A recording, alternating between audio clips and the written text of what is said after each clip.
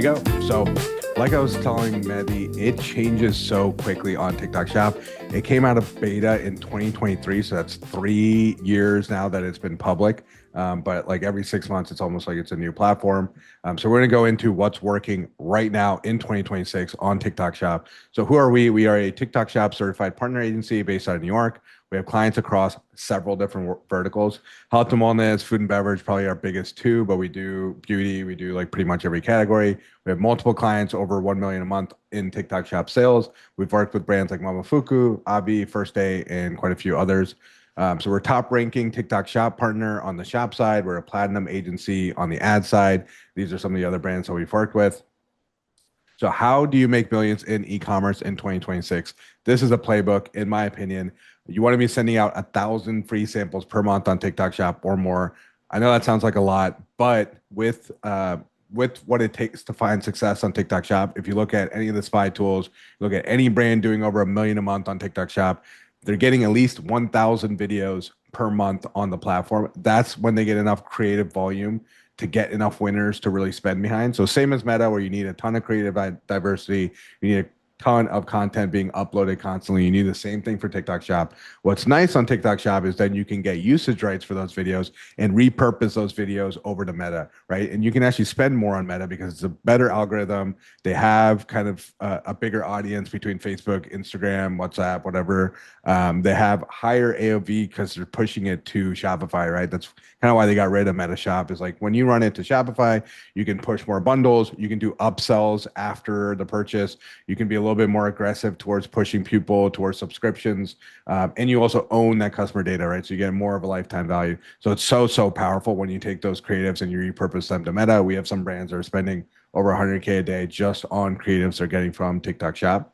You can also even use Claude to take those video creatives and make them into static ads. It will look at the transcript of those videos. It will copy those angles. It'll copy those hooks. They'll turn them into static ads. That unlocks even more spend because some people on Meta only look and only interact with those static ads. They also have cheaper CPMs. They use them often as a retarget. So if you watch the video most of the way through, but you don't click, or you click onto a website but you don't buy, it'll start retargeting you with those statics. So it can be pretty powerful. You also want to try taking those TikTok Shop videos and running them on AppLovin. Slightly lower chance it works on AppLovin. It depends on your niche. It depends on the price point.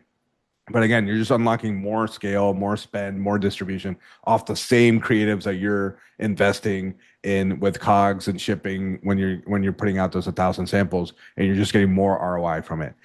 Some people ask now, like, hey, is Amazon spillover as strong? Because you do have people getting more and more comfortable from TikTok with TikTok Shop. They've bought from TikTok Shop before. They get the free 3-day shipping if you're using FBT, so it's only a little bit slower than the free 2-day shipping with Prime. But you still get that spillover. Like maybe in 2023, you would have gotten 30 to 40%. Now you're still getting 10, 20% spillover if that was the case for you back in 23. And if you're not on Amazon, then your competitors are going to benefit, right? People are going to go to Amazon. They're going to search for your product name. They're going to see the competitors instead, and they're going to buy from them. So you really want to get on Amazon so that you capture that spillover effect, capture some of that halo that you're driving. Once you're in that spot to get into retail, which retail is like a cash flow nightmare, but you do get another benefit in terms of spillover with that higher retail velocity. You saw Goalie really start to take off in Target. Now Target is putting all these brands into kind of exclusive shelf space for free if they're viral on TikTok, because they know when people walk in the store, if they recognize it from TikTok Shop, they're more likely to buy. They get a better retail velocity, and everybody wins. So as you scale in retail, you still need to be supporting those retail efforts with that brand awareness, and TikTok Shop is just such a great way to do it. So like I mentioned, every brand doing over 1 million a month on TikTok Shop is sending at least 1,000 samples per month. A lot of that outreach is driven by automation. It's driven by bots. That's where you get enough volume to fill that top of funnel and reach out to enough creators. They're also spending on flat fee creators. So you have all these creators that are posting for just the free sample, but then you have like a higher tier of creators that want like a $20, $50 flat fee on top of that commission. So then you have additional creators posting. They're also more likely to follow your brief because they're getting paid for the video. They're likely to be a little bit higher quality than what you would get from just commission only creators. You're also seeing brands running creator contests. So that's something that Goldie kind of popularized, and it's still doing very, very well. Some brands are spending as much as like 50K a month on creator contests. They're giving people guaranteed payouts if they hit 50 or 100 videos in a month. This is kind of like the Hudson method that people mention in terms of comfort, where they're constantly incentivizing those creators. Hudson, who is the CEO, is in the Discord himself. He's in these one-on-one creator calls, even though he's very busy, hyping up these creators, getting them to keep posting, because the creators are, at the end of the day, the backbone of the operation. It turns creators into a competitive, kind of self-motivating engine. The other big thing is GMV Max. TikTok Shop is 100% pay to play. If you want to be like one of these brands, the top brands on TikTok Shop, they're doing like 8 figures a month on TikTok Shop. You have to be spending on GMV Max. Back in 2023, TikTok would give you all this free reach, all this free distribution if you tagged a video, if you tagged a shop video, or sorry, a shop product in your video. Now they're not really doing that free distribution, right? They want you to pay to play. Yes, TikTok Shop gets their 6% fee for every sale that comes through TikTok Shop. TikTok gets that 6%, but where they really make their money is when you spend on ads, right? They have like 90% margin on ads. So if you're getting $100 in sales at 2.0 ROI, you're spending $50 on ads. That's making them a lot more money than that $6 that they're getting in the referral commission from you being on TikTok Shop. So really pushing on ad spend. A lot of the top brands are just running at a break even on TikTok Shop so that they get that spillover to Amazon. They get that increased retail velocity. That's where they make the profit. They're also getting those creatives, like I mentioned, to run on Meta. So for a lot of our supplement brands, they're targeting like a 1.4 to 1.6 because they know that they'll break even, and then they have that lifetime value. People are going to come back and buy. They might buy on Amazon. They might buy in store. But if they like the product, they'll come back and buy. If you're in a different category with slightly thinner margins or lower LTV, you might need to target a higher ROAS. But the idea is kind of the same. You want to probably be at break even and benefit and really make your profit from outside the channel. It's really tough to get super profitable on TikTok Shop at scale. So just to back up a bit, what is this free sampling that I'm talking about? What is kind of the basis of TikTok Shop? So TikTok Shop makes it really easy for you to see all the stats behind the creators. So like you reach out to a creator, you ask them to request a sample. TikTok gives you that very transparent first party data. It's telling you the sales volume in the last 30 days. It's telling you how often the creator actually posts when they get the free sample. You get to see that post rate. You might approve this person at 93% post rate and 200K sales in the last 30 days. I mean, I would, but you might not approve this person who just posts 33% of the time. You get all that information directly from TikTok. You approve a sample. It creates a free $0 order. That order then syncs into Shopify if you wanted to, or it ships out at FBT. Everything is handled for you. The creator gets paid automatically. They don't have to worry about trusting you to pay them. It's all very seamless. That's really what's made TikTok Shop so successful, is how seamless and integrated everything is. And you can also automate the follow-ups, the reminders, the creative briefs to creators, all that you can do pretty easily. The core strategy is sending at least 300 to 400 samples per month. Ideally, you want to get closer to that 1,000 samples per month range. You want to double down on creators that do well. If they post a video and they do really well on that video and you just gave them the free sample, you might want to offer them like $100 for 5 more videos, right? At that point, you know, they understand the product. They know how to make a good video. Their audience is a good fit for the product that they're promoting. And, you know, if it's $20 per video, that might be a little bit more than you would pay to send out like a free sample. So it gives you probably a better ROI than just sending out the same number of free samples, and it keeps that creator engaged, right? It keeps them from just going to a different brand or a competitor that offers them a free sample and then they make a free video for another brand, right? You want to create a Discord group. You want to try that comfort type method where you're hosting contests, you're sharing winning videos and examples, and you're coaching people to make better and better videos. And you definitely want to be spending on GMV Max. It is 100% pay to play on TikTok Shop, and make sure you're repurposing those creatives to Meta. It's basically free money. So what is GMV Max? I want to leave some time for questions, so I'll kind of speed through this. It's basically fully automated ad spend on TikTok Shop. All you have to do is adjust the budget and adjust whatever target ROI you want. All the creatives are picked for you. You don't really have to do Spark codes as much. All the creator videos are in there. All the videos you post and tag with the product are in there. And TikTok does all the optimization. You just choose ad spend and what target ROI that you need. Primary levers on TikTok Shop is the content. You want to get as many videos as possible. Live streaming is still kind of lagging behind, but for some brands, when they do it in-house and they put a lot of effort into it, like Mary Ruth's, Base Body Works, K2O, they're doing well. You might want to think about that. The secondary levers, you want those ads to support that content, right? To get them more distribution and promotions. At the end of the day, TikTok Shop is still very much an impulse-based platform.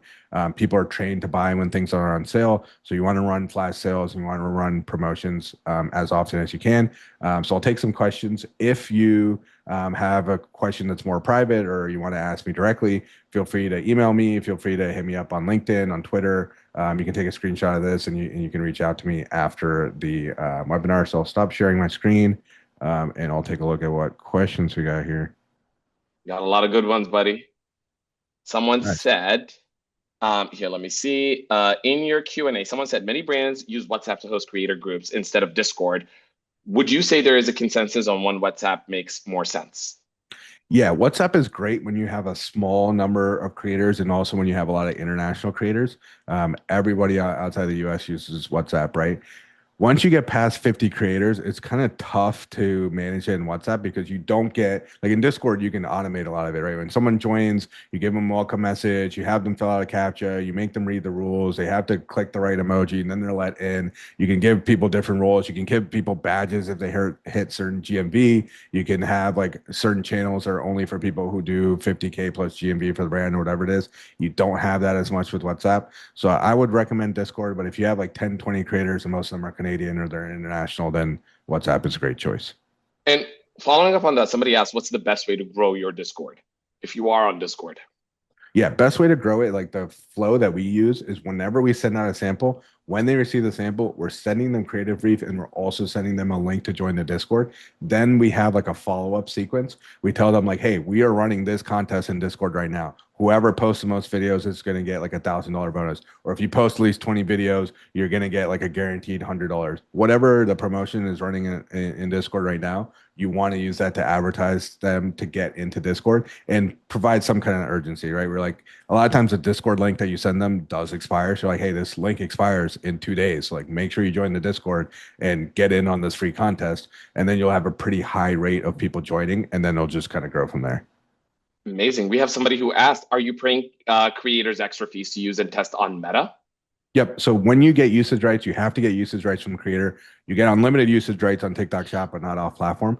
We typically offer creators like $150 flat fee. Some of them will take that and they'll be happy with it. Some of them want a percentage of spend. So you have tools like Refunnel, you have tools like Tribe where you can get people to whitelist those videos on Meta and they get a percentage of spend. However you want to do it, obviously for the brand, flat fee is probably better because there's a good chance if it's a winning video that did thousands on TikTok Shop, it'll do well on Meta and on percentage spend basis, you're going to be paying a lot of money. So I would encourage trying to do a flat fee. And we got an interesting question, and I feel like we get a lot of these questions, but it relates to TikTok Shop. We could round out the session with it. Would you recommend TikTok Shop for a regional snack brand? Somebody's asking because it's such a low price point. They're curious on leveraging that channel and how to go about and educating clients. So is it a game of volume more? Is it more, you have to be more careful with strategy? I wouldn't imagine so because you're already at the perfect price point for the channel. What's your opinion? Yeah, so when you're at that low price point, you just don't have a lot of room, right? Like if you're selling at Mhm. like 12, $15, you also have to ship it to them. Food and beverage, typically gross margins are like 65%. Health and wellness might be like closer to 80. So there's just not a ton of room there when you pay affiliate fees, you pay TikTok shop commission, you pay, on ads as well. So you really have to think about it as like a brand awareness play. It's like, hey, we want to break even at best on TikTok shop because we know our AOV is not that great. We know our margins are kind of tighter in this category. And we're hoping that people will come back and buy on Amazon or they'll try it for the first time and we're confident in our product. They're going to like it so much that they're going to buy in retail on Amazon, on our website, things like that. That's how I'd be thinking about it. Amazing. Zain Ali. Guys, did I overstate it? Did I oversell it? What did I say? Did I not say your minds are going to be blown? Did I not say you are going to approach TikTok Shop with whole new confidence? And he's going to be sticking around backstage answering some of your questions. We got more questions on the specifics of what you go into the creator briefs. How are you even sending the creator briefs to make sure that they're seen by customers? Guys, definitely, if you haven't, book an appointment with Zain. I know sometimes Zainith does this audit for brands. If you're serious about TikTok Shop and you really want to succeed and scale on it, do it. I send him a lot of clients from our site over to Social Snowball, and I have yet to regret one. Yet to regret one, but you haven't taken me out for dinner yet. We've rescheduled 5 times Tonight, baby. It's on you. But listen, tonight, dinner's on me. Thank you so much, Zane.